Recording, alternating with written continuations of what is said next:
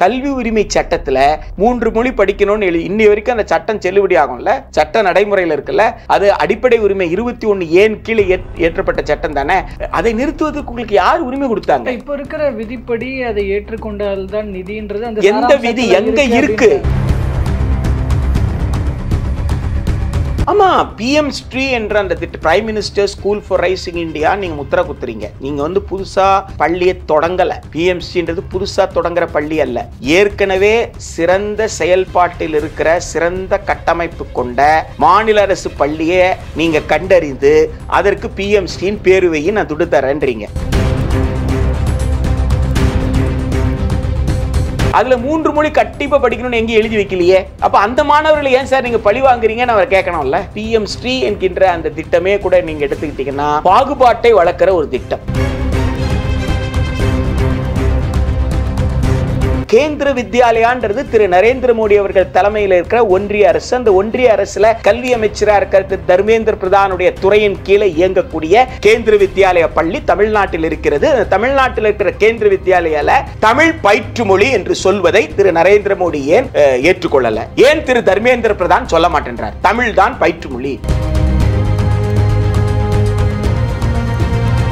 2014 இருந்து 2025 வரைக்கும் பொருளாதாரம் திரு நரேந்திர மோடி தலைமையில் இருக்கிற அரசுல மேம்படவே இல்ல சார். ரொம்ப பலவீனமா சார் இந்தியா இருக்கு. பொருளாதார வளர்ச்சியே இல்ல சார். எப்படி சார் கல்வியை உரிமையா கொடுக்க முடியும் அரசமைப்பு சட்டத்தை? அதான் அந்த உண்மையாவது ஒத்துக்கோங்க. எப்படி நீங்க வந்து ஆக்சிஜன் வாங்குறதுக்கு, உயிர் காற்று வாங்குறதுக்கு எனக்கு நிதி இல்லைன்னு சொன்னீங்க, நீங்க மருந்து வாங்குறதுக்கு நிதி இல்லைன்னு சொன்னீங்க. அப்ப கோவிட் காலத்துக்கு மக்கள் கொடுக்கலையா? நீங்க மாநில அரசுக்கு வரி போடுற உரிமை தான் இல்ல, ஆனால் மக்களிடம் நிதி கேட்கிற உரிமை இல்லைன்னு யாரும் சொல்ல முடியாது. நாடணும். அப்பதான் மக்கள் வந்து திரும்பி கேள்வி கேட்க ஆரம்பிப்பாங்க. நான் ஏன் வரி கட்டணும்னு கேட்பாங்கல்ல. நான் வரி கட்டுறதுல என் வரியில என் மாநிலத்துக்கு வர வேண்டிய பங்கை கொடுக்க மாட்டேன்னா உனக்கு நான் ஏன் வரி கட்டணும்னு கேட்க ஆரம்பிப்பாங்கல்ல. மத்திய அரசுக்கு எதிராக மக்கள் போராட்டமாக மாறும்.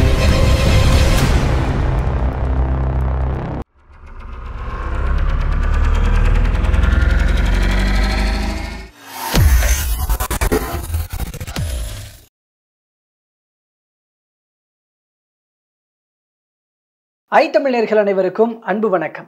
இன்றைய சிறப்பு நேர்காணலில் நம்மோடு இணைந்திருக்கிறார் கல்வியாளர் திரு பிரின்ஸ் கஜேந்திரபாபு அவர்கள். அவரிடம் தற்போது பேசுபொருளாக இருக்கிற மத்திய மாநில அரசுக்கு இடையிலான இந்த கல்வி நிதி தொடர்பான மோதல்கள் குறித்து பேசலாம். வணக்கம் சார். வணக்கம் சார். தமிழ்நாட்டிற்கு வர வேண்டிய கல்வி நிதி 2152 கோடி ரூபாய் சமக்ர சிக்ஷா அபியான் அப்படின்ற அந்த ஒரு திட்டத்தின் கீழே கொடுக்க வேண்டிய ஒரு நிதி.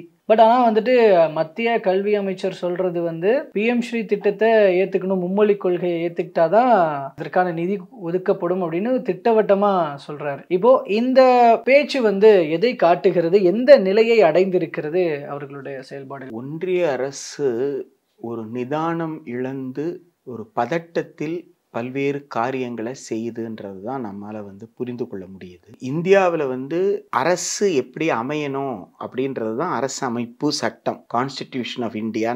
It constitutes India. ஸோ அப்போ இந்தியாவை எப்படி நாம வடிவமைத்திருக்கோம் அப்படின்னா ஒரு கூட்டாட்சி தத்துவத்தின் அடிப்படையில் எதெல்லாம் பண்பாட்டின் கூறுகளாக இருக்கோ, எதெல்லாம் மக்களுக்கு உடனடி தேவையா இருக்கோ அதெல்லாம் மாநில அரசு கிட்ட கொடுத்துருக்கோம். எதெல்லாம் இந்தியா முழுக்க நீங்க பார்க்க வேண்டிய அவசியம் இருக்கோ, ஒட்டுமொத்த இந்திய பாதுகாப்பு, இந்திய போக்குவரத்து, இந்த மாதிரி ஒட்டுமொத்த இந்தியாவுக்கு பார்க்க வேண்டியதை ஒன்றிய அரசு கிட்ட கொடுத்துருக்கோம். பள்ளிக்கூடங்கள், கல்லூரிகள், பல்கலைக்கழகங்கள் இந்தியா விடுதலை அடைந்த நாள்ல இருந்து நீங்க பார்த்தீங்கன்னா அனைத்து மக்கள் படிக்கிற பள்ளிக்கூடங்கள் அப்படின்னு எடுத்துக்கிட்டா அது அந்தந்த மாநில அரசு தான் நடத்துது. ஒன்றிய அரசு நடத்துற பள்ளிகள் வந்து சிறப்பு பள்ளிகள் தான், பொது பள்ளிகள், எல்லோருக்குமான பள்ளிகள். இப்ப கேந்திர வித்யாலயாவுக்கு ஒரு நோக்கம் இருக்குல்ல, அதாவது மாறுதல், அரசு பணியில் மாறுதல் இருக்கக்கூடியவர்களுக்கான பள்ளி, அந்த குழந்தைகளுக்கான பள்ளி, அந்த பெற்றோர்களுடைய மாதிரியான கல்வி திட்டமா இருக்கும். அதாவது ஆமா, ஒரு தமிழ்நாட்டில் இருக்கிறவங்க நாளைக்கு அரசு பணியிலிருந்து இன்னொரு பொதுத்துறை, அரசு துறையை சார்ந்த பெற்றோர்கள் டிரான்ஸ்பர் ஆகக்கூடிய, பணிமாறுதல் ஆகக்கூடியவர்கள், அந்த குழந்தைகளுடைய படிப்பு பாதிக்க கூடாது என்பதற்காக உருவாக்கப்பட்ட சிறப்பு பள்ளி தான் கேந்திர வித்யாலயா. அதே போல நவோதயா வித்யாலயான்றது ஒரு குறிப்பிட்ட நோக்கத்திற்காக உருவாக்கப்பட்ட ஒரு சிறப்பு பள்ளி. சைனிக் பள்ளின்னு சொல்லப்படுறதும் குறிப்பிட்ட நோக்கத்திற்காக தான். ராணுவ துறையால், பாதுகாப்பு துறையால் நடத்தப்படுகின்ற ராணுவ பள்ளி. ராணுவத்தில் சேரணும்னு விருப்பப்படுறவங்க அதற்குண்டான மனநிலையோட அவங்க வளருவாங்கன்றதுக்காக அது சிறப்பு பள்ளியாக அந்த பள்ளி வந்து தொடங்க. இதெல்லாம் வந்து ஒன்றிய அரசு நடத்தக்கூடிய சிறப்பு பள்ளிகள். மற்றபடி எல்லா மக்களும் படிக்கிற பொதுப்பள்ளி அப்படின்னு எடுத்துக்கிட்டீங்கன்னா அது அந்தந்த மாநில அரசு தான் நடத்திட்டு இருக்கு. பெரும்பகுதி பள்ளிகளை யார் நடத்துறாங்க? மாநிலங்கள் நடத்து. அதே போல கல்லூரிகள், பல்கலைக்கழகங்கள் எடுத்துக்கிட்டீங்கன்னா உயராய்வு சிறப்பு நிறுவனங்கள், தேசிய முக்கியத்துவம் வாய்ந்த சிறப்பு நிறுவனங்கள் தான் ஒன்றிய அரசு நடத்துது. அது தவிர பொதுவாக எல்லா மக்களும் படிக்கிற கல்லூரிகள், பல்கலைக்கழகங்கள் யார் நடத்துறாங்க அப்படின்னு கேட்டா அது அந்தந்த மாநில அரசு தான் நடத்துது. கல்வி உங்களுக்கு 1976 வரைக்கும் மாநில பட்டியல் இருந்தது. அதற்கு பிறகு வந்து பொதுப்பட்டியல்ல போயிருக்கே தவிர ஒன்றிய பட்டியலுக்கு போகல. பொதுப்பட்டியல்ல கூட என்ன அளவுகோல் வச்சிருக்காங்கன்னு கேட்டா உயர்கல்வி, உயராய்வு கல்வியில் தரத்தை தீர்மானித்து ஒருங்கிணைப்பது மட்டும்தான். அதாவது நீங்க ஒரு பரிந்துரை அளவுல பல்வேறு மாநிலங்களுக்கு என்ன மாதிரியான தரங்கள் இருக்கலாம் உயர்கல்வி உயராய்வுல சொல்றதுக்கு மட்டும்தான். நீங்க வந்து அந்த என்ட்ரி 25 ஆஃப் லிஸ்ட் 3ன்றாங்க இல்லையா, 3வது பட்டியல், ஒப்பிசைவு பட்டியல் வரிசை 25, அதை படிச்சாலே தெரியும். அது என்ன சொல்லி, subject to entry 66 of list 1ன்னு சொல்லியிருப்பாங்க. அது லிஸ்ட் 1ன்றது ஒன்றிய பட்டியல். ஒன்றிய பட்டியல் 66ல என்ன சொல்லியிருக்கோ அவ்வளவுதான் ஒன்றிய அரசு தலையிட முடியும். மற்ற அதிகாரம்லாம் யார்கிட்ட இருக்குன்னா மாநில அரசு கிட்ட தான் இருக்கு. இப்ப பள்ளியை எப்படி நடத்தணும், பள்ளியில என்ன, இப்ப தமிழ்நாடு போன்ற எல்லா மாநிலங்கள்லயுமே பார்த்தீங்கன்னா மாநில அரசு அந்தந்த மாநில மக்களுக்கு தேவைக்கு தகுந்தாற் போல பள்ளியை உருவாக்கி இருக்கு, கல்வியை கொடுக்குது. இப்ப தமிழக அரசுடைய பாடத்திட்டத்தில் பயின்றவர்கள், கடந்த 75 ஆண்டுகளாக பயின்று வந்தவர்கள் இந்தியாவின் பல பகுதிகளில், பல துறைகளில் சிறந்த ஆளுமைகளாக விளங்குகிறார்கள் என்பது எல்லோருக்கும் தெரிந்ததுதான். உலகத்தின் பல நாடுகளிலும் அவங்க வந்து சிறந்த ஆளுமைகளாக விளங்குகிறார்கள் என்பது எல்லோருக்கும் தெரியும். எந்த துறையை நீங்க எடுத்துக்கிட்டாலும் அந்த துறையில தமிழ் வழியில படித்த, அரசு பள்ளியில் படித்த, தமிழ் பாடத்திட்டத்தில், தமிழ்நாடு அரசு பாடத்திட்டத்தில் படித்த ஒரு ஆளுமை, பாடத்திட்டத்தில் பயின்ற ஒருவர் ஆளுமையாக திகழ்கிறார் என்பது நாம் எல்லோரும் அறிந்ததுதான். எனவே இந்த சூழல்ல இப்போ ஒன்றிய அரசு நாங்க வந்து ஒரு கொள்கையை கொண்டு வந்திருக்கோம், அந்த கொள்கையை நீங்க கண்டிப்பா ஏற்றுக்கொள்ளணும் அப்படின்னு சொல்றாங்கன்னா அந்த கொள்கையை ஏன் ஏற்றுக்கொள்ளணும்னு மாநில அரசுகளோடு விவாதிக்கலாம். ஆனால் அதற்காக மக்களிடமிருந்து பெறப்பட்ட வரி பணத்தை நிறுத்தி வைப்பதற்கெல்லாம் உங்களுக்கு எந்த உரிமையும் கிடையாது. இதை ஏற்றுக்கொண்டால் தான் நிதி என்று சொல்வதற்கு. ஏனென்றால் நிதிநிலை அறிக்கைன்னு சொல்றோமே, பட்ஜெட்னு சொல்றோமே, நாடாளுமன்றத்தில் கல்விக்கு எவ்வளவு, கல்வியில எந்தெந்த தலைப்புல என்னென்ன செலவுன்னு நீங்க சொல்லிடுறீங்க அந்த அறிக்கையில. அப்போ சமகர சிக்ஷான்னு சொல்ல போற அந்த ஒருங்கிணைந்த கல்வி திட்டம்னா 1ஆம் வகுப்பிலிருந்து 12ஆம் வகுப்பு வரைக்கும். இப்போ 1ஆம் வகுப்பிலிருந்து 8ஆம் வகுப்பு ஏற்கனவே நீங்க என்ன சொல்லியிருக்கீங்க, கல்வி உரிமைன்னு சொல்லியிருக்கீங்க. கல்வியை நாங்க உரிமையா கொடுத்ததுனால சிறுபான்மையினருக்கு கொடுக்கிற ஸ்காலர்ஷிப்பை நீங்க நிறுத்திட்டீங்க. கல்வி உரிமை ஏன் நிறுத்தினீங்க கேட்டதான், கல்வியை நாங்க இலவசமா கொடுக்குறோம்ல, அப்ப இதுக்கு ஸ்காலர்ஷிப். இப்ப ஸ்காலர்ஷிப் நிறுத்தியாச்சா, கல்வி உதவித்தொகை நிறுத்தியாச்சு, கல்வி உரிமைன்னு சொல்லியாச்சு. ஆனா அந்த உரிமையை நிலைநாட்டக்கூடிய வகையில தர வேண்டிய நிதியை நான் கொடுக்க மாட்டேன் நிறுத்தி வச்சிருக்கிறது எந்த வகையில நியாயம்? கல்வி உரிமை சட்டத்துல எங்காவது ஒரு குழந்தை 3 மொழி படிக்கணும்னு எழுதி வச்சிருக்கீங்களா? கல்வி உரிமை 1ஆவதுல இருந்து 8ஆவது வரைக்கும் கல்வி உரிமை இருக்குல்ல, அந்த கல்வி உரிமை சட்டத்துல 1ஆவதுல இருந்து 8ஆவது வரைக்கும் படிக்கிற குழந்தை 3 மொழி படிக்கணும்னு இன்னி வரைக்கும் அந்த சட்டம் செல்லுபடி ஆகும்ல, சட்ட நடைமுறையில் இருக்குல்ல. அது அடிப்படை உரிமை 21 ஏன் கீழே ஏற்றப்பட்ட சட்டம் தானே. அந்த சட்டப்படி படிக்கிற குழந்தைக்கு கிடைக்க வேண்டிய ஆசிரியர்கள் அந்த அதை நிறுத்துவதற்கு உங்களுக்கு யார் உரிமை கொடுத்தாங்க? இப்ப இருக்கிற விதிப்படி அதை ஏற்றுக்கொண்டால்தான் நிதின்றது அந்த எந்த விதி எங்க இருக்குன்னு தர்மேந்திர பிரதாவை நீங்க எக்ஸ்பேஸ்ல கேட்க வேண்டியது தானே, மின்னஞ்சல்ல கேட்க வேண்டியது தானே, போன் பண்ணி கேட்க வேண்டியது தானே. இன்னும் சார் விதின்னு என்னமோ சொல்றீங்களா, ரூல் ஆஃப் லான்னு சொல்றீங்களா, எந்த ரூல் சார், எந்த லா சார், அதை கொஞ்சம் சொன்னா கொஞ்சம் நல்லா இருக்கும் சார், எங்க மக்களுக்கு புரிய வைக்கலாம் சார் கேளுங்க அவரை. எந்த ரூல் படி சார்? கல்வி உரிமை சட்டத்தின்படி 1ல இருந்து 8 வரைக்கும் அது ஒரு சட்டம் இருக்கு, எங்களுக்கு தெரியுது.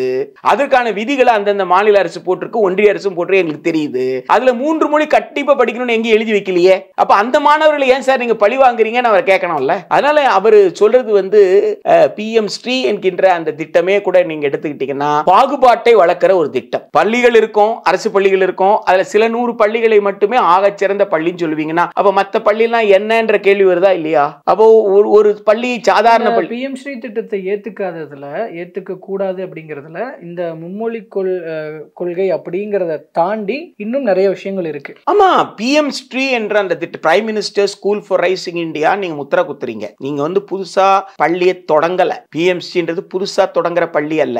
ஏற்கனவே சிறந்த செயல்பாட்டில் இருக்கிற சிறந்த கட்டமைப்பு கொண்ட மாநில அரசு பள்ளியை நீங்க கண்டறிந்து அதற்கு பிஎம் ஸ்ரீன் பேரு வையும் நான் துடு தரேன்றீங்க. பிஎம் ஸ்ரீன் பேரு வைத்தா என்னெல்லாம் செய்யணும்னா, நீங்க அந்த குழந்தைக்கு வேலை திறன் கற்றுக் கொடுக்கணும். வேலை திறன், உங்க குழந்தைக்கு ஒரு வேலை திறன் கற்றுக் கொடுக்கலாம். ஒத்துப்பீங்களா?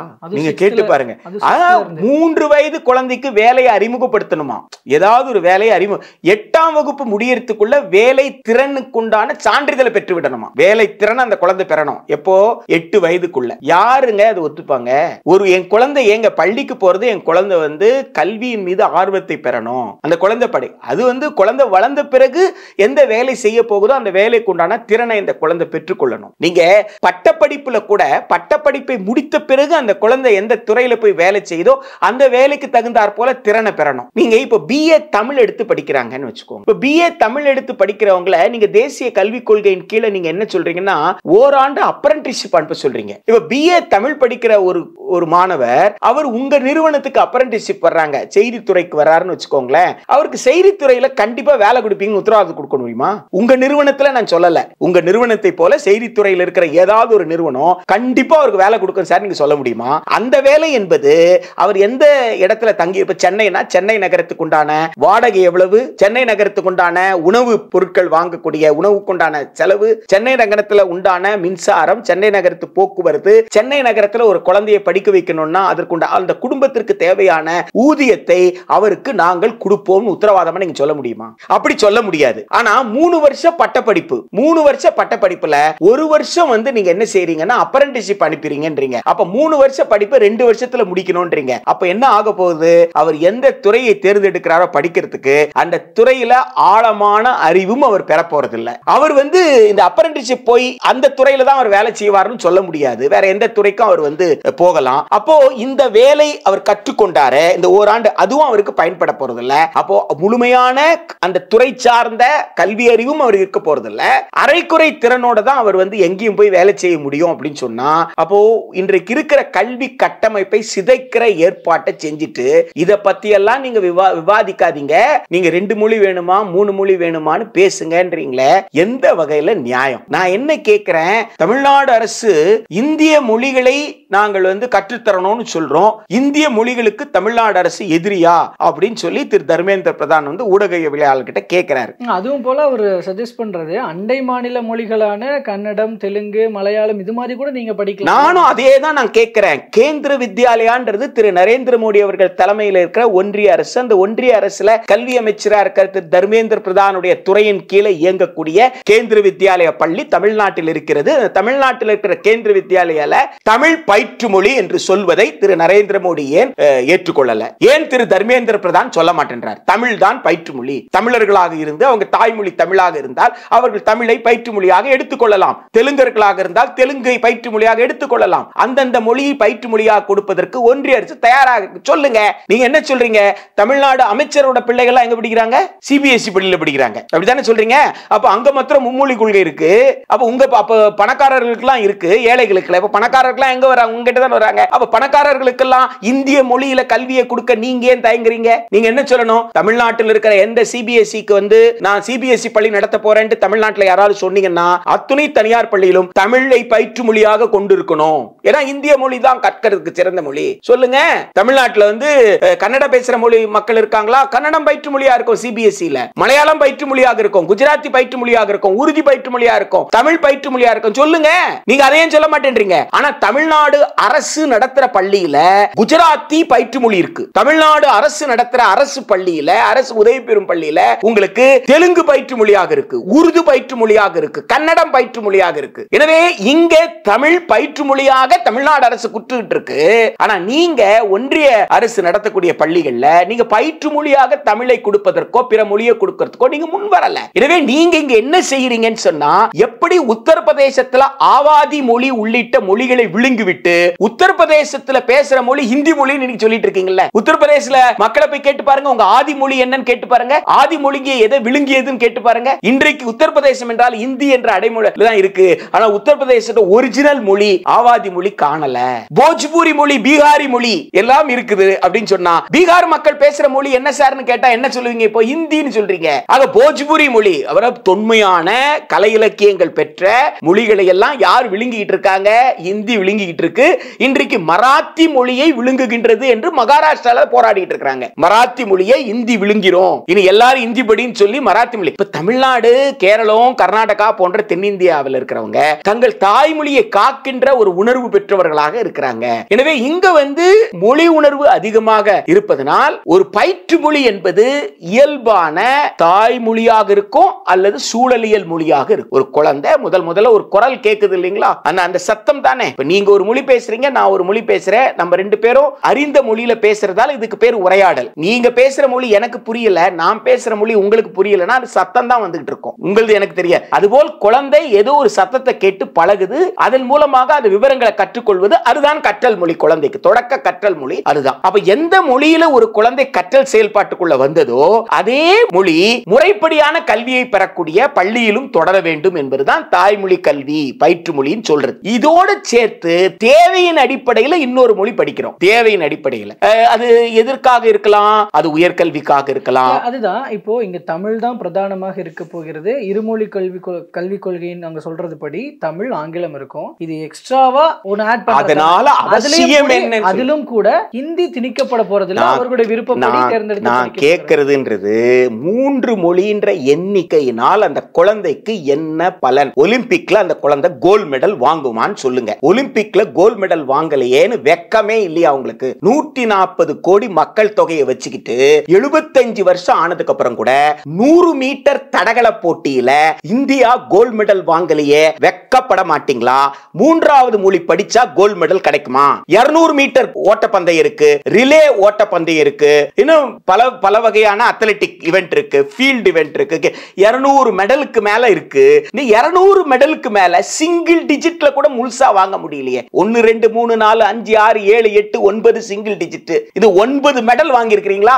75 வருஷம் ஆயிருச்சு. அதற்கு உடற்பயிற்சி ஆசிரியர் கொடுக்கணும். குழந்தைக்கு உடற்பயிற்சி ஆசிரியர் கொடுத்தா அந்த குழந்தை விளையாட்டுல திறன் இருந்தா எந்த திறன் இருக்கோ அந்த விளையாட்டு துறையில வரும். இசை திறன் இருந்தா இசைக்கு வரும், ஓவிய திறன் இருந்தா ஓவிய திறனுக்கு வரும். இதெல்லாம் அந்த குழந்தைக்கு பயன்பட போகுது. கூடுதலாக ஒரு மொழி எனக்கு தேவைன்னா கற்றுக்கொள்ள போகிறேன். ஹிந்தியை ஏழை மக்கள் கற்றுக்கொள்ளணும்னா ஹிந்தி பிரச்சார சபாவை ஃப்ரீ ஆக்கிட்டு போங்க.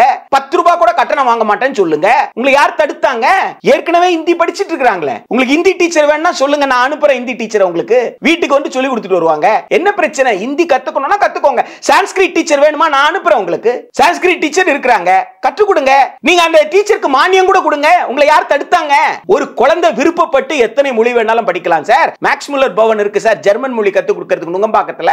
அதே நுங்கம்பாக்கத்துல அலையான்ஸ் பிரான்சைஸ் இருக்கு சார், அங்க வந்து உங்களுக்கு பிரெஞ்சு மொழி கத்து கொடுக்கறாங்க சார். அந்த மாதிரி எந்த மொழி வேண்டுமானாலும் யாரு வேணாலும் கற்றுக்கொள்ளலாம். நீங்க ஏழைகளும் படிக்கணும்னு நினைச்சா ஒன்றிய அரசு தானே, ஒன்றிய அரசு ஹிந்தி கற்றுக்கொள்வதற்கு கட்டணம் இல்லைன்னு சொல்லிட்டு போயிடுங்க. ஏழை படிக்க போறான், உங்களுக்கு என்ன கஷ்டம்? எனவே மக்களுக்கு விருப்பம் இருந்தால் மக்கள் கற்றுக்கொள்ள போறாங்க. கட்டாயப்படுத்துவது அவசியம் என்ன? ஏன் கட்டாயப்படுத்துறீங்க? ஏன் கட்டாயப்படுத்துறீங்க? ஜெர்மன் நாட்டுல யாரு எத்தனை மொழி படிக்கிறாங்க? ஜெர்மன் மொழி தானே படிக்கிறாங்க, இங்கிலீஷ் கூட படிக்கல. ஜெர்மன்ல போய் நீங்க வேலை செய்யணும்னு சொன்னாலும், ஜெர்மன்ல போய் நீங்க உயர்கல்வி படிக்கணும், ஜெர்மானிய மொழி தெரியாம நீங்க போக முடியாது. அங்க அவங்க இலக்கணத்தோட அந்த மொழியை சரியாக பேச முடியும்னா தான் உங்களால உயர்கல்விக்கு உண்டான ஸ்காலர்ஷிப்பை உங்களுக்கு கொடுப்பாங்க. இடம் கொடுத்தா கூட ஸ்காலர்ஷிப் வேணும்னா இவ்வளவு விஷயங்கள் இருக்கு. அங்க போய் நீங்க வேலை செய்யணும், தொழில் ஆரம்பிக்கணும்னு சொன்னா ஜெர்மன் மொழி உங்களுக்கு முறைப்படி தெரிஞ்சிருக்கணும். அப்பதான் நீங்க வந்து அங்க தொழில் ஆரம்பிக்க முடியும். பிரான்ஸ்ல அப்படிதான். இங்கிலீஷை தெரிஞ்சுக்கலாம் ஜெர்மனுக்குள்ள போக முடியாது, இங்கிலீஷ் தெரிஞ்சுக்கலாம் பிரெஞ்சுக்குள்ள போக முடியாது. அதே போலதான் உங்களுக்கு உத்தரப்பிரதேசல எத்தனை மொழி படிச்சிட்டு இருக்காங்க? உத்தரப்பிரதேசல எத்தனை மொழி படிக்கிறாங்க? உத்தரப்பிரதேசல எத்தனை பேர் தெலுங்கு படிக்கிறாங்க? எவ்வளவு பேர் கன்னடம் படிக்கிறாங்க? எவ்வளவு பேர் தமிழ் படிக்கிறாங்க? எனவே தமிழ்நாட்டுக்கு மட்டும் எல்லாம் நீங்க வந்து உபதேசம் எல்லாம் நீங்க வந்து பண்ண வேண்டிய அவசியம் கிடையாது. இங்க மக்களுக்கு எந்தெந்த மொழிகள் வேண்டுமோ அந்த மொழிகளை கற்கக்கூடிய, இப்ப தமிழ் வழியில படித்தவர் டாக்டர் சிவன். நான் கேட்கிறேன், டாக்டர் சிவன் தமிழ் வழியில படித்தவர், இஸ்ரோவின் தலைவராக இருந்தார். அவர் இஸ்ரோல போய் வேலை செய்யறாருன்னா அவர் ஹிந்தி கத்துக்கிட்டாரா இல்லையா? தமிழ் வழியில கற்றதால் அவருக்கு ஏதாவது பாதிப்பா? டாக்டர் மயில்சாமி அண்ணாதுரை இருக்கார் இல்லையா? மயில்சாமி அண்ணாதுரை அவர் வந்து தமிழ் வழியில படித்தவர். அவர் ஹிந்தி பேசலையா? இங்கிலீஷ் பேசலையா? அவருக்கு ஏதாவது தமிழ் வழியில படித்ததால் அவருக்கு இடர்பாடு இருக்கா? இப்போ வந்திருக்கிறாரே தலைவராக, இப்போ வந்திருக்கிறார், அவர் தமிழ்நாட்டை சார்ந்தவர் தானே, என்ன இடர்பாடு அவருக்கு? எனவே ஒரு மொழி நன்றாக கற்றுக் கொடுத்துட்டீங்கன்னா, ஒரு மொழியை சரியா முறைப்படி நீங்க கற்றுக் கொடுத்து விட்டால் அந்த மொழியின் மூலமாக எத்தனை மொழி வேண்டுமானால் என்றைக்கு வேண்டுமானாலும் ஒரு குழந்தை படிக்கலாம். எனவே எத்தனை மொழிகள் வேண்டுமானாலும் குழந்தை படிக்கலாம் சொல்லும் பொழுது இத்தனை மொழி படித்தால்தான் நீ அடுத்த நிலைக்கு போகணும்ன்ற கட்டுப்பாட்டை நீங்க கொண்டு வராதீங்க. அது அவசியமற்றது, அது குழந்தை மீது திணிக்கப்படுற வன்முறை. எனவே அது வேண்டாம்னு சொல்லு. ஓகே, ஒரு முழுமையான புரிதல், முழுமையான தேடலின் அடிப்படையில் ஒரு தகவல் சேமிச்சு வச்சிருக்கீங்கன்ற அடிப்படையில் கேட்கிறேன். இப்போ இந்த இடத்துல தர்மேந்திர பிரதான் கூட சொல்றதுன்னா மற்ற மாநிலங்கள்லாம் ஏத்துக்கிட்டாங்க, இப்ப தமிழ்நாட்டுக்கு மட்டும் என்ன பிரச்சனைன்னு கேட்கிறாரு. நீங்க சொன்ன ஒரு பாயிண்ட் இருக்கு, இப்போ உத்தரப்பிரதேசத்துல எத்தனை பேர் மற்ற மொழிகள் படிக்கிறாங்க அப்படின்னு. அப்போ ஏற்றுக்கொண்ட மற்ற மாநிலங்களில் அந்த மூன்றாவது மொழியாக மாற்று மொழிகளை படிக்கிறார்களா, எந்த அளவுக்கு படிக்கிறார்கள்? அதாவது வந்துங்க, மூன்றாவது மொழி என்பது வன்முறை என்ற போது நான் அந்த வன்முறையை ஒரு ஆவாதி மொழி பேசுறவன் ஆவாதி மொழி படிக்காமல் ஏற்கனவே அவன் ஹிந்தியும் சமஸ்கிருதமும் இங்கிலீஷும் படிச்சுட்டு இருக்கான், தன் சொந்த தாய்மொழியை தன் தாத்தா பேசின மொழியை உரிமையை உத்தரப்பிரதேச மாநில அரசு உத்தரப்பிரதேச மக்களிடம் பிடுங்கி இருக்கு, அவங்களுக்கு அந்த உரிமையை மறுத்து இருக்குன்னா அந்த உரிமை மறுப்போடு சேர்த்து இன்னொரு வன்முறை என் தமிழ் மொழியை படி நான் சொல்லணும் நீங்க எதிர்பார்க்கறீங்களே? இப்படி அந்த மக்களுக்கு ஒரு மொழி இருக்குல்ல, அந்த மக்களுடைய மொழியையே அவங்களை மறக்க செஞ்சிட்டீங்கல்ல. அதே போல் தமிழை மறக்க செய்யற சூழ்ச்சி தான் இந்த மூன்று மொழியை தவிர இந்த மூன்று மொழியில இதை கடந்து வேற எதுவுமே இல்ல. எல்லோரும் ஏற்றுக்கொண்டார்கள், எல்லோரும் ஏற்றுக்கொண்டார்கள் என்றால் நீங்க எதெல்லாம் ஏற்றுக்கொள்ள சொல்றீங்க? அரசு இனிமேல முழுசா பணத்தை செலவு செய்யாது. அரசு செலவு செய்யற பணம் போதலன்னு சொன்னா பள்ளியில தொடங்கி கல்லூரி பல்கலைக்கழகம் வரைக்கும் தனியார் நிறுவனங்களுடைய சமூக பொறுப்பின் அடிப்படையில் கார்ப்பரேட் சோஷியல் ரெஸ்பான்சிபிலிட்டியில நிதி வாங்கிக்கோங்கன்னு சொல்றீங்க. அப்ப அரசு செலவு செய்யாது என்பதை உத்தரப்பிரதேசம் ஏற்றுக்கொள்கிறது என்றால் தமிழ்நாடு எப்படி ஏற்றுக்கொள்ளும்? நாங்க அரசு தான் செலவு செய்யணும்ன்றோம். ஆர்டிகல் 41 அதை சொல்லி இருக்கு. அரசு கல்வியை உரிமையா கொடுக்கணும், அரசின் பொருளாதாரம் மேம்பட இந்திய அரசமைப்பு சட்டத்தின்படி கல்வியை அரசு கொடுக்கணும். ஆனா அரசு கொடுக்க மாட்டேன்னு சொல்லுதுன்னா அரசமைப்பு சட்டத்துக்கு எதிராக நீங்க செயல்படுறீங்க. அதை எப்படி தமிழ்நாடு ஏற்றுக்கொள்ளணும்? அப்ப குஜராத் ஏற்றுக்கொள்ள அரசமைப்பு சட்டத்துக்கு எதிரான ஒரு செயல்பாட்டை குஜராத் ஏற்றுக்கொள்கிறது என்றால் தமிழ்நாடு ஏற்றுக்கொள்ளணும் எப்படி நீங்க கட்டாயப்படுத்துவீங்க? நீங்க சொல்வது அரசமைப்பு சட்டத்துக்கு எதிரானது, எனவே அதை ஏற்றுக்கொள்ள இயலாது என்பதுதான் நாம சொல்றோம். இல்ல நீங்க சொல்லுங்க பொருளாதாரம் மேம்படல சார், 2014 இருந்து 2025 வரைக்கும் பொருளாதாரம் திரு நரேந்திர மோடி தலைமையில் இருக்கிற அரசுல மேம்படவே இல்ல சார், ரொம்ப பலவீனமா சார் இந்தியா இருக்கு, பொருளாதார வளர்ச்சியே இல்ல சார், எப்படி சார் கல்வியை உரிமையா கொடுக்க முடியும் அரசமைப்பு சட்டத்தை? அதான் அந்த உண்மையாவது ஒத்துக்கோங்க. ஒரு பக்கத்துல நான் விஸ்வகுருன்றீங்க, ஒரு பக்கத்துல உலகத்திலேயே நான் தான் வந்து மிகப்பெரிய பொருளாதாரம் வளர போறேன்னு சொல்றீங்க, இன்னொரு பக்கத்துல அதனால தான் திரு அமித்ஷா ரொம்ப ராஜுக்கா, அதாவது திரு அமித்ஷா எல்லாம் தனியாலாம் பேசலீங்க, ஆர்எஸ்எஸ் நினைக்காததா ஆர்எஸ்எஸ் சொல்லாததையா திரு அமித்ஷா பேசிட்டாரு. அப்படி பேசிட்டு அவர் அமைச்சரா இருந்துருவாரான்னு நான் கேட்கிறேன், இருக்க அனுமதிச்சிருவாங்களா? அப்படின்னா அவர் பேசுறது ஆர்எஸ்எஸ் உடன்பாடு இல்லைன்னா ஆர்எஸ்எஸ் வந்து மறுத்து இருக்கணும்ல. என்ன பேசினார் அவரு? நான் அம்பேத்கர் அம்பேத்கர் அம்பேத்கர் சொல்றீங்க, கடவுளை பேரை சொன்னா கூட புண்ணியம் கிடைக்கும் சொன்னாரா? சொல்லலையா அவரு? உங்களுக்கு காரணம் என்ன? அம்பேத்கர் எதோட அடையாளப்படுத்தப்படுறாரு? அம்பேத்கர் வந்து அரசமைப்பு சட்டத்தோட அடையாளப்படுத்தப்படுறாரு. அம்பேத்கரை சொல்லும் போதெல்லாம் நீங்க என்ன செய்வீங்க? அரசமைப்பு சட்டம் கூறு 14 சமத்துவத்தை பற்றி பேசுகிறது, கூறு 21 கண்ணியமிக்க வாழ்க்கையை பற்றி பேசுது, கூறு 41 அரசு தான் கல்வியை கொடுக்கணும்னு பேசுது, கூறு 43 லிவிங் வேஜஸ் பத்தி பேசுது, கண்ணியமிக்க வாழ்க்கைக்கான ஊதியத்தை பற்றி பேசுது. நீங்க குறைந்தபட்ச ஊதியம் கூட கொடுக்க மாட்டேன்றீங்க, ஆனால் நீங்க கண்ணியமிக்க வாழ்க்கைக்கான ஊதியத்தை நீங்க கொடுக்கணும் அப்படின்னு நீங்க பேசுவீங்க. எனவே அவர் என்ன சொல்றாரு? அப்படிலாம் கிடையாது சார், நீங்க கடவுள்னு சொல்லுங்க சார். ஏன் கடவுள்னு சொல்ல சொல்றாரு? சாதாரண உதாரணம் தான். நீங்க மருத்துவமனைக்கு போறீங்கல்ல, மருத்துவமனையில் என்ன நடக்கு? தனியார் மருத்துவமனைக்கு போனா முதல்ல என்ன செய்ய சொல்றாங்க? சார் நல்ல கடவுளை வேண்டிக்கிட்டு அப்புறம் உள்ள வாங்க சார் சொல்றாங்களா? தனியார் மருத்துவமனைக்கு நீங்க ஒரு நோயாளி கூட்டு வந்த உடனே சார் கடவுளை வேண்டிட்டீங்களா, கடவுள் தான் என்கிட்ட அனுப்பிச்சாரா அப்படின்னு கேக்குறாங்களா? கேட்கலையே. ஆனா என்ன சொல்றாங்க? போய் பணத்தை கட்டிட்டு வான்றாங்க. நீங்க ஒண்ணு என்ன செய்றீங்க? பணத்தை கட்டுறீங்க. பணத்தை கட்டிட்டு ஆபரேஷன் தியேட்டருக்குள்ளயோ இல்ல எமர்ஜென்சி வார்டுக்கோ அல்லது ஐசிசிக்கோ நோயாளிய பேஷண்ட கூட்டு போற வரைக்கும் பணம் கட்டிங்களா, பணம் கட்டினீங்களா, பணம் கட்டினாதான் ட்ரீட்மெண்ட், பணம் கட்டினாதான் ட்ரீட்மெண்ட்ன்றாங்க. இப்போ பணத்தை கட்டி முடிச்சிட்டீங்க, ட்ரீட்மெண்ட் ஆரம்பிச்சிட்டாங்க, ட்ரீட்மெண்ட்டை முடிச்சிட்டாங்க. இப்போ வெளியில வர்றாரு, சர்ஜரினா அறுவை சிகிச்சைனா அறுவை சிகிச்சை அல்லது வேறு சிகிச்சைனா சிகிச்சையை முடிச்சு மருத்துவர் வர்றாரு. இப்போ நீங்க கேக்குறீங்க, அப்புறம் மருத்துவர் என்ன சொல்றாரு? கடவுள் இல்லீங்களா? அப்ப நீங்க பணம் கட்டிட்டீங்க சார், நான் வந்து சிகிச்சை கொடுத்திருக்கிறேன், எனவே இந்த மருந்து நிச்சயமா வேலை செய்யும், ஒரு கவலையும் படாதீங்க, போய் உட்காருங்க, இன்னும் 24 மணி நேரத்துல பேசி நல்லா ஆயிடுவார்னு சொல்லணும்ல, சொல்ல மாட்டேன்றாரு. அப்ப மட்டும் என்ன சொல்றாரு?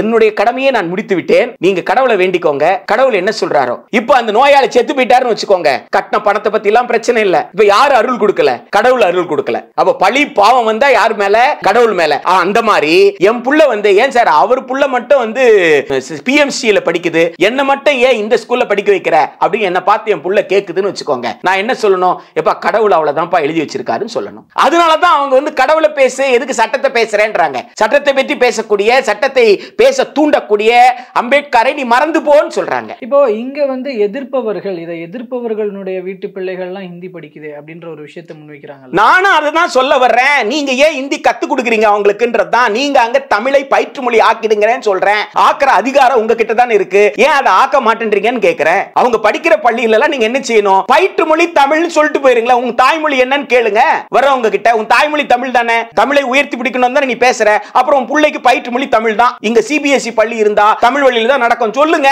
யாரும் உங்களை சொல்ல தடுத்தது? சொல்ல தடுக்கலையே யாரும். எனவே இங்க எதிர்ப்பு என்பது கூறுகெட்ட ஒருத்தர் செய்யற அதே காரியத்தை ஒட்டுமொத்த தமிழ்நாட்டுக்காரனும் செய்யணும்னு சொல்றீங்க பாருங்க. அதுதான் வேதனையா இருக்கு. ஒருத்தன் அதிகார திமிர்ல, ஜாதி திமிர்ல, பண திமிர்ல தனியார் பள்ளியில கொண்டு போய் படிக்க வைக்கிறான். தனியார் பள்ளியில கற்றல் செயல்பாடு நடக்கல. தனியார் பள்ளி இன்டர்நேஷனல் ஸ்கூல் பேர் வச்சிருக்கான். இன்டர்நேஷனல் ஒரு கோல்ட் மெடல் அடிக்க முடியல. சரியா? அவ்வளவு தரங்கெட்ட பள்ளியில படிக்க வைக்கிறியே, உனக்கு கூறு இருக்காயான்னு அவனை பார்த்து கேட்கணும். உனக்கு கூறு இருந்தா நீ எங்க கொண்டு போய் சேர்க்கணும்? நீ அரசு பள்ளியில சேர்க்கணும். ஏன் சேர்க்க மாட்டேன்றேன்னு கேட்கணும். அலகாபாத் உயர் நீதிமன்றத்தில் ஒரு நீதிபதி கேட்டார், தீர்ப்புல சொன்னார். தீர்ப்பு உயர் நீதிமன்றத்தின் தீர்ப்புல சொல்றார். என்ன சொல்றார் தெரியுங்களா? இந்தியாவுல உச்ச நீதிமன்ற, உயர் நீதிமன்ற நீதிபதிகள் உள்ளிட்ட அரசு கருவூலத்திலிருந்து எந்த வடிவத்தில் வருவாய் பெறுவராக இருந்தாலும், அரசு கருவூலத்தில் எந்த வடிவத்தில் வருவாய்னா சம்பளம் மட்டும் கிடையாது, ஊதியம் மட்டும் கிடையாது, கான்ட்ராக்ட் எடுக்கிறீங்கல்ல, அவ்வாறு ஊதியம் வந்தால் கூட ட்ரெஷரி மூலமா உங்களுக்கு எந்த வகையில ஊதியம் பெற்றாலும் அவர்களுடைய பிள்ளைகள் அரசு பள்ளியில் மட்டுமே படிக்கணும்னு உத்தரவு இருக்கு. அலகாபாத் உயர் நீதிமன்ற உத்தரவு. அதை நடைமுறைப்படுத்துங்களேன் சார். உங்களுக்கு யார் சார் தடுத்தாங்க? அரசு பள்ளியில, அரசு தாய்மொழி வழி கல்வியில, அரசின் பொறுப்பிலும் செலவிலும் கல்வியை கொடுங்க. எல்லோரும் ஏற்றுக்கொள்றோம். யார் ஏற்றுக்கொள்ள மாட்டோம் சொல்றோம். இப்ப நீங்க தனியாரிடம் கல்வியை கொடுக்கறீங்க, பள்ளிகளை பலவீனப்படுத்துறீங்க. பலவீனமான இருக்கிற பள்ளிகள் எல்லாம் சேர்த்து பள்ளி வளாகத்துல கொண்டு வாங்க. பள்ளி வளாகத்தில் எல்லா வளங்களும் இருக்கும். அந்த வளங்களை பகிர்ந்து கொடுக்கறேன்னு சொல்றீங்க. ஆக பகிர்ந்து கல்வி கற்க வேண்டிய சூழல் இருக்கிற குழந்தைகள் இருப்பாங்க. இன்னொரு குழந்தைக்கு வந்து ஆகச்சிறந்த பள்ளின்னு ஒரு பள்ளியை காட்டுறீங்க. அப்ப இது பாகுபாடு இல்லையா? பாகுபாடை ஏற்றுக்கொள்ள மாட்டோம் சொல்றோம். ஏன்னா பாகுபாடை இந்திய அரசமைப்பு சட்டம் ஏற்றுக்கொள்ளல. எனவே இந்திய அரசமைப்பு சட்டத்தை உயிராக நான் கருதும் பொழுது இந்திய அரசமைப்பு சட்டத்துக்கு எதிராக ஒரு பாகுபாடை வளர்க்கின்ற கல்வியை நான் எப்படி ஏற்றுக்கொள்ள முடியும்? எனவே அவர்கள் பேசுவது அரசமைப்பு சட்டத்துக்கு எதிரானது, மக்கள் நலனுக்கு எதிரானது. மொழி என்பதை அவர்கள் வந்து ஒரு கருவியாக, மக்களை குழப்புகின்ற கருவியாக பயன்படுத்துறாங்க. நீங்க அந்த 66 பக்கம் ஆவணத்தை எடுத்து பாருங்க. Language as a medium of education அவங்க டீல் பண்ணவே இல்லை. அவங்க மொழியை எப்படி பார்க்கறாங்கன்னு கேட்டீங்கன்னா ஒரு பண்பாடாக, லாங்குவேஜ் அண்ட் கல்ச்சர்னு தான் அவங்க பார்க்கறாங்க. ஆக அவர்களுடைய நோக்கம் என்னன்னு கேட்டீங்கன்னா சமஸ்கிருதமயமாக்கப்பட்ட ஒற்றை பண்பாட்டு தேசமாக இந்தியாவை கட்டமைக்கிறதா அவங்களோட நோக்கம். எனவே எல்லா ஆவாதி மொழியை எப்படி விழுங்கியதோ அதுபோல் இந்தியாவில் இருக்கிற பல மொழிகளை எப்படி ஹிந்தி விழுங்கியதோ அதுபோல் இந்தி எல்லா மொழிகளும் விழுங்கினால் கடைசியில் இந்திய சமஸ்கிருதம் விழுங்கும். சமஸ்கிருதத்தை மொழியாக மட்டும் பார்க்கல. நீங்க சாப்பிடுற உணவு, உங்க கடவுள் என்ன உணவை சாப்பிடணும்னு சமஸ்கிருதத்துல சொல்லுவாங்க. எங்க வழிபடி, எங்க வழிபாட்டு முறைப்படி இதுதான் அப்படின்னு சொன்னா அதை நீங்க ஏற்றுக்கொள்ளணும். ஆக கடவுள் வழிபாட்டு முறையிலிருந்து, உணவிலிருந்து, உடையிலிருந்து எல்லாமே ஒரு ஒற்றை பண்பாட்டு தேசமாக, சமஸ்கிருதமயமாக்கப்பட்ட ஒற்றை பண்பாட்டு தேசமாக இந்தியாவை கட்டமைக்கிற ஒரு சூழ்ச்சி மிக்க ஒரு ஆவணத்திற்கு தேசிய கல்விக் கொள்கை 2020 பேர் வச்சிருக்காங்க. அதை அவங்க என்ன நினைக்கிறாங்கன்னா அரசு கல்லூரி, அரசு பள்ளி இருக்கிற வரைக்கும் செக்குலர்னு சொல்லுவீங்க, மதச்சார்பற்றதுன்னு சொல்லுவீங்க. எனவே தனியார் கிட்ட கொடுத்துட்டா தனியார் அதை செஞ்சிருவாங்கல்ல. ஆக தனியார் மூலமாக, வணிக மையத்தின் மூலமாக வகுப்புவாதத்தை இங்க புகுத்துற ஏற்பாடு, கம்யூனலைசேஷன் த்ரூ கமர்ஷியலைசேஷன் தான் அவங்களுடைய நோக்கமாக இருக்கிறது. எனவே தனியார் மையம் என்பது இங்க இந்த நாட்டினுடைய பன்முகத்தன்மையும் சிதைக்கும். சந்தை நலன் சார்ந்து இருக்கும். சந்தை தான் நான் என்ன கற்க வேண்டும் என்று தீர்மானிக்கும். அந்த வகையில இதுவரைக்கும் நாம கட்டமைத்திருக்கிற சமூக நீதியின் அடிப்படையிலான ஒரு கல்வி கட்டமைப்பு சிதைந்து போகும் என்பதனால் ஒன்றிய அரசு எந்த நிர்பந்தத்தை ஏற்படுத்தினாலும் அதை நாம் ஏற்க இயலாது. அதற்கு மாற்று வழியைத்தான் நாம வந்து பார்க்க வேண்டியதா. ஓகே, அவங்களோட ஒரு அல்டிமேட் அச்சீவ்மெண்ட்னு அவங்க அதை தான் பார்த்து அதை நோக்கி நகர்ந்துகிட்டு இருக்காங்க அப்படிங்கிறது இப்போ நீங்க சொல்வதன் மூலமாக புரிகிறது. இதுல இன்னொரு விஷயம், தற்போது இப்போ நிறுத்தப்பட்டிருக்கிற அந்த நிதியின் மூலமாக, அந்த நிதி நிறுத்தப்பட்டிருப்பதன் மூலமாக என்ன மாதிரியான சிக்கல்களையும் இடர்பாடுகளையும் தமிழக மாணவர்கள், தமிழக கல்வித்துறை ஃபேஸ் பண்ண போகிறது? சம்பளம் கொடுக்க முடியாது இல்லைங்க. நிதி வந்தாதான் ஆசிரியர்களுக்கு ஊதியம் கொடுக்க முடியும். எந்தெந்த தலைப்பின் கீழே செலவுகள் அப்படின்னு தீர்மானிச்சிருக்காங்களோ அந்த தலைப்பின் கீழே செலவு செய்யணும் அப்படின்னா அந்த செலவு செய்வதற்கு நிதி இருக்காதுன்னா அந்த செயல்பாடு முடங்கி போகும். அப்படின்னா குழந்தைகளுடைய கற்றல் செயல்பாடு முடங்கி போகும். அப்ப அந்த முடங்கி போகாம இருப்பதற்கு மாநில அரசு என்ன செய்யுதுன்னா வேற ஏதோ ஒரு துறைக்கு ஒதுக்கின பணத்தையோ இல்ல வேறு வகையிலேயோ ஒரு நிதியை உருவாக்கி அந்த நிதியை இதுக்கு செலவு செய்யறாங்க. காரணம் என்னன்னா இந்த நிதி திரும்ப வந்துட்டா நாம அதை திருப்பி கொடுத்துடலாம் என்கின்ற அடிப்படையில் அதை சமாளிச்சிட்டு இருக்காங்க. இந்த நிலை தொடர வரப்போகிறது, நிச்சயமாக அந்த நிதி வரப்போகிறது இல்லைன்ற ஒரு நிலை உருவாகுமே. ஆனால் அப்படியான ஒரு போக்கை ஒன்றிய அரசு கையாள முடியாது. நாடாளுமன்ற உறுப்பினர்களும் சட்டமன்ற உறுப்பினர்களுக்கும் அதற்கான குரலை எழுப்ப வேண்டிய அரங்குகளை அவங்க எழுப்பணும். ஒன்றிய அரசு தன்னை திருத்திக் கொள்வதற்கான போராட்டங்கள் வலுவாக நடக்கணும். இன்னொரு பக்கத்துல அதையும் தாண்டி நடக்குதுன்னா, மக்களிடம் வெள்ளை அறிக்கையை கொடுத்து மக்களிடம் நிதியை பெற்றாவது மாநில குழந்தைகளுடைய கல்வி நலன் பாதிக்காமல் மாநில அரசு பள்ளிகளை நடத்தும். நீங்க கோவிட் காலத்துல எப்படி நீங்க ஆக்சிஜன் வாங்குறதுக்கு, உயிர் காற்று வாங்குறதுக்கு எனக்கு நிதி இல்லைன்னு சொன்னீங்க, நீங்க மருந்து வாங்குறதுக்கு நிதி இல்லைன்னு சொன்னீங்க. அப்ப கோவிட் காலத்துக்கு மக்கள் கொடுக்கலையா? நீங்க மாநில அரசுக்கு வரி போடுற உரிமை தான் இல்ல, ஆனால் மக்களிடம் நிதி கேட்கிற உரிமை இல்லைன்னு யாரும் சொல்ல முடியாது. மக்கள் தானாக அள்ளி கொடுக்கிறது வேண்டாம்னு சொல்ல வேண்டிய அவசியம் இல்லையே. அந்த வகையில நீங்க நமது பிள்ளைகளின் கல்விக்காக மாநில அரசு துணிச்சலோட அதை எதிர்த்து நிக்கணும், மக்களின் உதவியை நாடணும். அப்பதான் மக்கள் திரும்பி கேள்வி கேட்க ஆரம்பிப்பாங்க. நான் ஏன் வரி கட்டணும்னு கேட்பாங்கல்ல. நான் வரி கட்டுறதுல என் வரியில என் மாநிலத்துக்கு வர வேண்டிய பங்கை கொடுக்க மாட்டேன்னா உனக்கு நான் ஏன் வரி கட்டணும்னு கேட்க ஆரம்பிப்பாங்கல்ல. மத்திய அரசுக்கு எதிராக மக்கள் போராட்டமாக மாறும். இல்ல மத்திய அரசை திருத்துகின்ற ஒரு வேலை. மத்திய அரசு திருந்தணும்ல. மத்திய அரசு திருத்துற பொறுப்பு எனக்கு இல்லையா? இறையாண்மை இந்திய மக்களிடம் இருக்கிறது. நான் ஒரு கொள்கைக்காகத்தான் தேர்ந்தெடுக்கிறேன். என் அரசு என் மக்களுக்கு எதிராக செயல்படுதுன்னா அரசை திருத்துற பொறுப்பு எனக்கு இருக்கு. எனவே அரசின் கொள்கை தவறான கொள்கை என்று அரசுக்கு புரிய வைப்பதும் அரசை திருத்துவதும் வாக்களித்த மக்களுக்கு இருக்கிறது. இறையாண்மை பெற்ற மக்கள் எந்த நோக்கத்திற்காக வாக்களித்து ஒரு அரசை தேர்ந்தெடுத்திருக்கிறார்களோ அந்த அரசினுடைய செயல்பாடு தவறு என்கின்ற போது உங்கள் செயல்பாடு தவறு, அதை திருத்திக் கொள்ளுங்கள் என்று சொல்லக்கூடிய உரிமை அரசமைப்பு சட்டம் இந்திய மக்களுக்கு தந்திருக்கிறது. அந்த உரிமையின் அடிப்படையில் அரசை நல்வழிப்படுத்துவதற்கு தேவையான அளவிற்கு மக்கள் போராடுவார்கள். கண்டிப்பாக அத்தகைய புரிதல் மக்கள் கிட்ட வரும் அப்படின்றத எதிர்பார்க்கலாம் சார். இப்ப தற்போது வரைக்கும் பல்வேறு தகவல்களை பகிர்ந்து கொண்டு மிக்க நன்றி. நன்றி.